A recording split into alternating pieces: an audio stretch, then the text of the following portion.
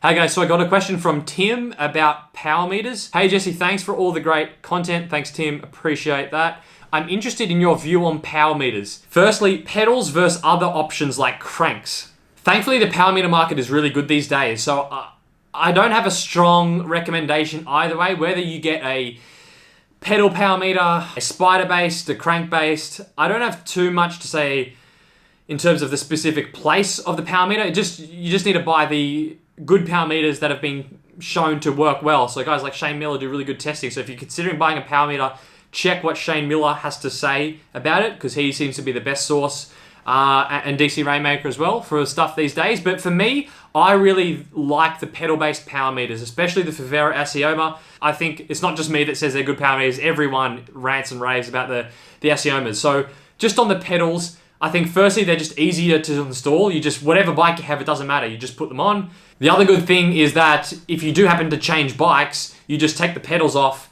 and put them on the new bike. So really good in terms of a long-term option. You're not going to have this crank-based thing, which then you get a new bike and the power meter is useless. So one concern that some people have with the pedal-based power meters is that you could bash them in crits on the ground.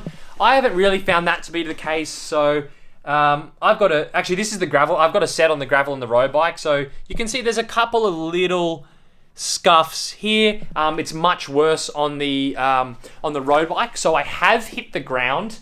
I have definitely smashed the pedals into the ground heaps of time in crits, but I've never actually had an issue. I've never had any issues with the readings from that. So in terms of ground clearance with the pedals, I don't think it's an issue. The only annoying thing sometimes with the pedals is like on the Assiomas, well, the original ones you had to change to Look cleats, which is a bit annoying, but you just do that once and then it's done. So that wasn't really an issue for me. You can buy the Shimano, the ones for Shimano cleats now.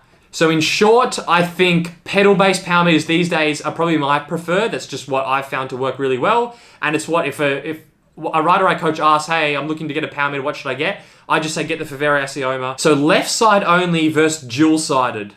This is another really tough one to answer because I would only use dual-sided power meters myself.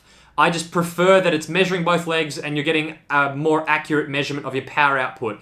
Because if you've got a left side only power meter and you've got a left-right imbalance, then the power is just not going to be as accurate. That's just how it is. Now, it might still be reliable in terms of if your left-right balance is static day to day and throughout a ride, then it's not really an issue. But just for me, for my own personal peace of mind, I like to be using a dual-sided power meter. That's why I've got two sets of the Assioma Duos. But in saying that, I coach a lot of riders that use single-sided power meters, and if someone comes to me and says, hey, I'm considering buying like a Stages, is that okay? I say, yeah, go ahead. You're probably not going to notice much of an issue not having that dual-sided. So it's so hard to answer because it's like left side only is fine, but I wouldn't use left side only. I want a dual-sided. So yeah, take from that what you will. And just before I go to the next section, in terms of power meters do have issues. They are electronic, so water can get in, people can have issues. Like I see a lot of the time, people with Stages have water ingress issues and the powers read wrong. Same with Four Eyes.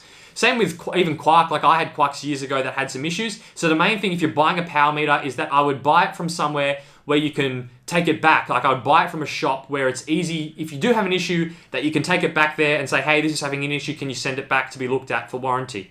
If you're buying it online from overseas from some website and then the thing starts to stuff up, you're kind of screwed with your warranty. So just on that, I do think it's one of the things it's worth paying a bit extra to buy it from your local shop where it's easier for you to return it. In summary, just as a real take-home message, if you're looking to buy a power meter, firstly, look up Shane Miller's video on the power meter. Hopefully he's reviewed it and see what he says. Is it accurate from his testing?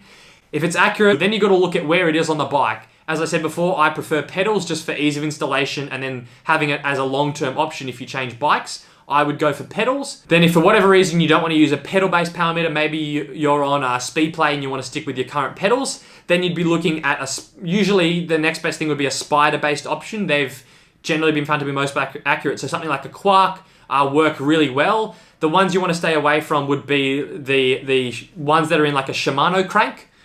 Because they have left-right balance issues which Shane Miller's gone into a lot as well. Off the top of my head, the power meters that I think are quite good would be the Fivera Assiomas a Quark Spider, a Power 2 Max Spider, a Stages left side only, the most up-to-date version of the Garmin Vector pedals, not the early generations, the new generations, or the Power Tap pedals, but I wouldn't recommend those if you're racing a lot because they do have a big clearance issue in terms of pedal strikes on the ground when you're cornering. But then again, any of those power meters or any other power meter you buy, as I said earlier on, try and buy them if you can from somewhere that it's easier to do returns, because any power meter is prone to issues that would possibly need to be looked at under warranty. So yeah, thankfully the power meter market is maturing and there is a lot of good options out there. So I hope this video was somewhat useful to you, not a comprehensive top to bottom guide of every single power meter, but just some little tips there that you may be able to use. So I hope you enjoyed this video and I'll catch you in the next one.